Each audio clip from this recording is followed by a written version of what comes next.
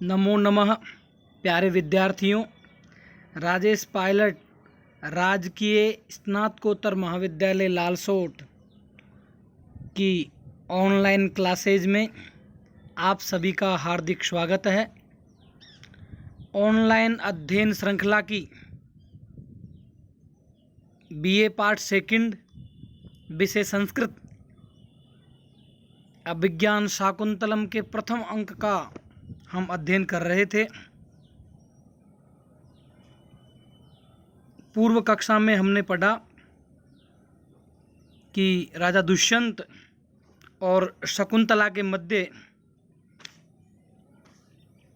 धीरे धीरे आपस में प्रेम बढ़ता जा रहा है।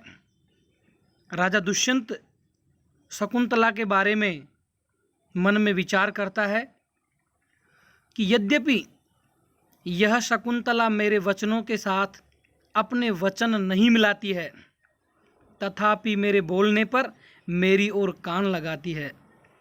भले ही यह मेरे मुख के सामने मुख करके नहीं ठहरती है, फिर भी इसकी दृष्टि बहुत अधिक अन्य विषयों पर नहीं है, अर्थात यह मुझे दिल से चाहती है। आज हम देखते हैं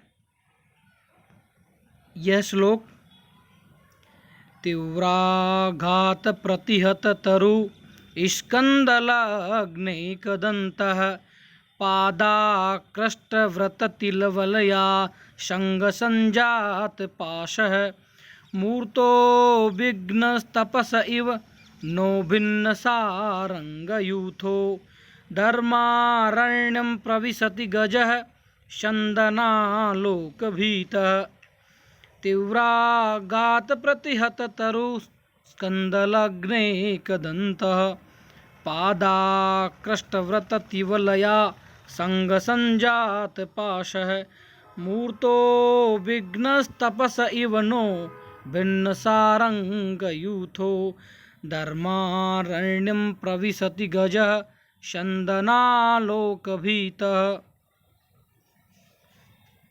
इस श्लोक में मंदाक्रांता छंद है।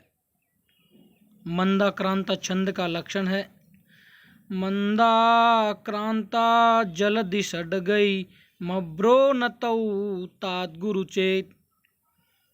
मंदाक्रांता छंद में मघण, भगण, नगण, तगण, तगण और दो गुरु होते हैं। इसका अन्वय के अनुसार हम अर्थ देखते हैं। चन्दनालोकभीतः तीव्राघात प्रतिहत तरु स्कंदलग्नैकदन्तः पादाकृष्टव्रतति वलया संग संजात पाशः भिन्नसारंगयूथः गजः नः तपसः मूर्तः विघ्नः इव धर्मारण्यं प्रविशति चन्दनालोकभीतः। रथ को देखने से भयभीत हुआ, डरा हुआ। चंदन आलोकभीतः, रथ को देखने से डरा हुआ हाथी। गजः, हाथी। तीव्राघात प्रतिहत तरु, जिसने अपने तीव्र प्रहारों से वृक्षों को तोड़ दिया है। प्रतिहत तरु, वृक्षों को तोड़ दिया है। स्कंदलग्नैकदन्तः, और जिसका एक दांत वृक्ष के तने पर लगा हुआ है। पादाकृष्टव्रतति वलया संग संजात पाशः, पैरों द्वारा खींची गई लताओं का समूह लिपटकर जिसके पैरों के लिए पास बन गया है, जिसके पैरों में उलझ गया है।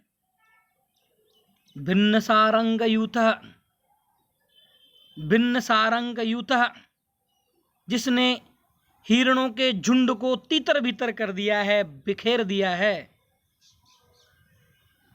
नह तपसः, नह यानी जो हमारी तपस्या है, यानी तपस्या के लिए। मूर्तः विघ्नः, शरीरधारी विघ्न के समान। इव यानी समान।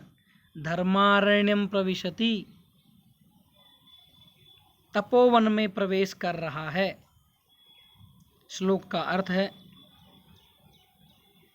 रथ को देखने से भयभीत हुआ हाथी, जिसने कि अपने तीव्र प्रहारों से, तीव्र आघातों से, तीव्र आक्रमण से वृक्षों को तोड़ दिया है, जिसका एक दांत वृक्ष के तने पर लगा हुआ है, पैरों के द्वारा खींची गई लताओं का समूह लिपट कर जिसके पैरों के लिए पास बन गया है, जिसने मृगों के झुंड को तीतर भीतर कर दिया है, तथा जो हमारी तपस्या के लिए शरीरधारी विघ्न के समान है, ऐसा जो हाथी है वो तपोवन में प्रवेश कर रहा है।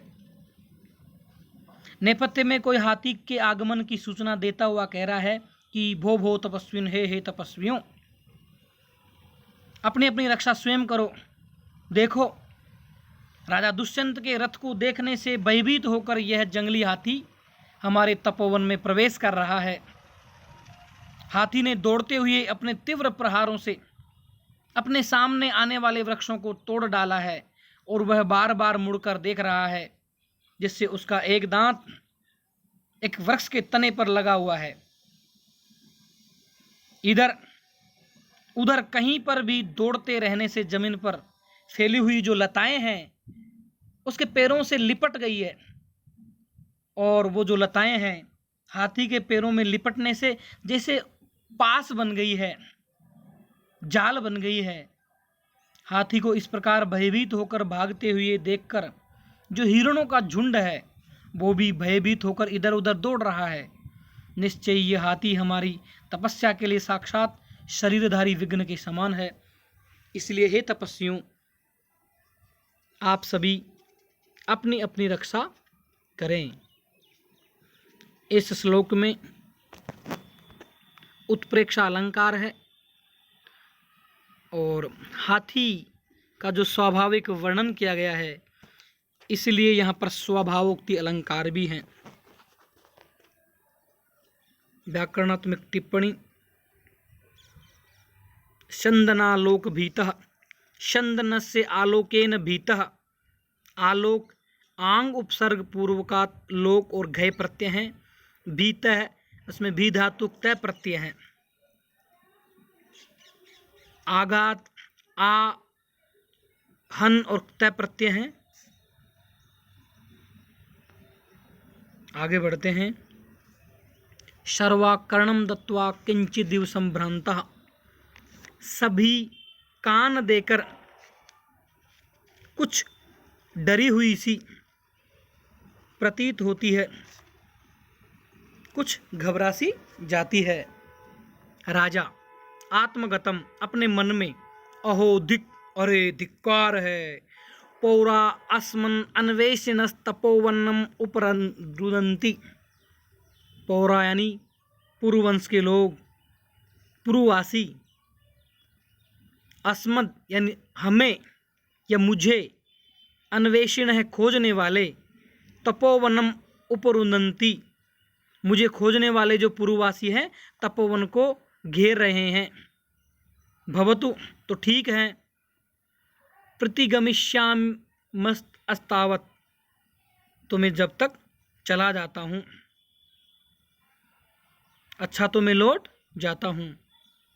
दोनों सखियाँ, सख्यो आर्य कि हे आर्य, अनेन अरण्य वृत्तांतेन पर्याकुलाश्मः, हम इस जंगली हाथी के वृत्तांत से घबरा गई हैं, बहुत घबरा गई हैं, डरी हुई हैं। अनुजानी ही न उट्ट जगमनाय, इसलिए हमें अपनी कुट्टी पर जाने की आज्ञा दीजिए। राजा ससंभ्रमम, घबराहट के साथ, गच्छन्तु भवत्यः, आप सभी जाइए। वयम अपि आश्रम पीड़ा यथा न भवति तथा प्रयतिष्यामये, मैं भी ऐसा प्रयास करूँगा, तथा प्रयतिष्यामये, प्रयास करूँगा। वयमपि आश्रम पीड़ा यथा न भवति, जिससे आश्रम वासियों को दुख नहीं हो, पीड़ा नहीं हो, ऐसा मैं प्रयास करूँगा। सख्यौ दोनों सखियां, आर्य कि हे आर्य, असंभाविता अतिथि सत्कारम भूयोपि प्रेक्षण निमित्तम लज्जामये। दोनों सखियां कहती है असंभाविता अतिथि सत्कारम, अतिथि का सत्कार न कर पाने वाली, भूयोपि दोबारा भी, प्रेक्षण निमित्तम लज्जामये, हम आपसे पुनः दर्शन देने की प्रार्थना करने में लज्जा आती है, हम शर्म का अनुभव कर रही हैं। आर्यम विज्ञापितुम, दोबारा कहने के लिए, आर्य को कहने के लिए।